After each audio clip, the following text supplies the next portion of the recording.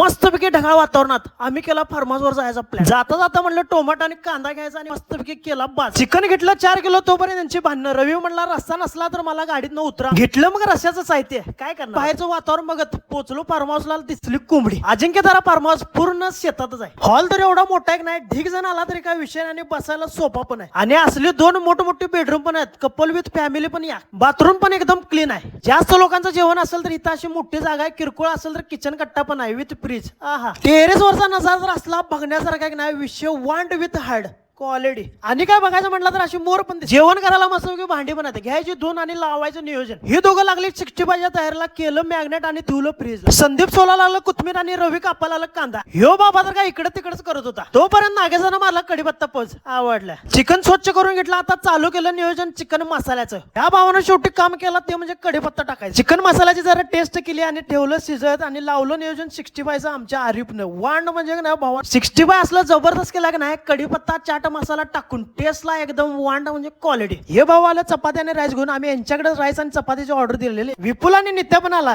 पेटला की नवीन ड्रेस घालून. आरिफनं चिकन मसाला असला वंटाच केला लाग नाही. रवी झालं खुळ. नित्यानं नवीन ड्रेस घातला म्हणून आरिफ करत होतं त्याची चेष्टा. तेवढं होणार. आयुष्यात आणि भविष्यात काय पाहिजे. तुमच्यामुळे आपले 10 केक कम्प्लीट झाल्यात तर सेलिब्रेशन पण तेवढंच होणार. हो, ह्यो केक मला भरवाला आहे का ह्याला पाहिजे काय समजना. चालायचं. चालू केलं सगळ्यांनी नाचाला. एकदम दणका विषय. मग चालू झाला की विश्रांचा आणि रवीचा नागिन डान्स. मग आमचा आरिफ ऐकतोय म्हणला मी पण सुट्टी देणार नाही.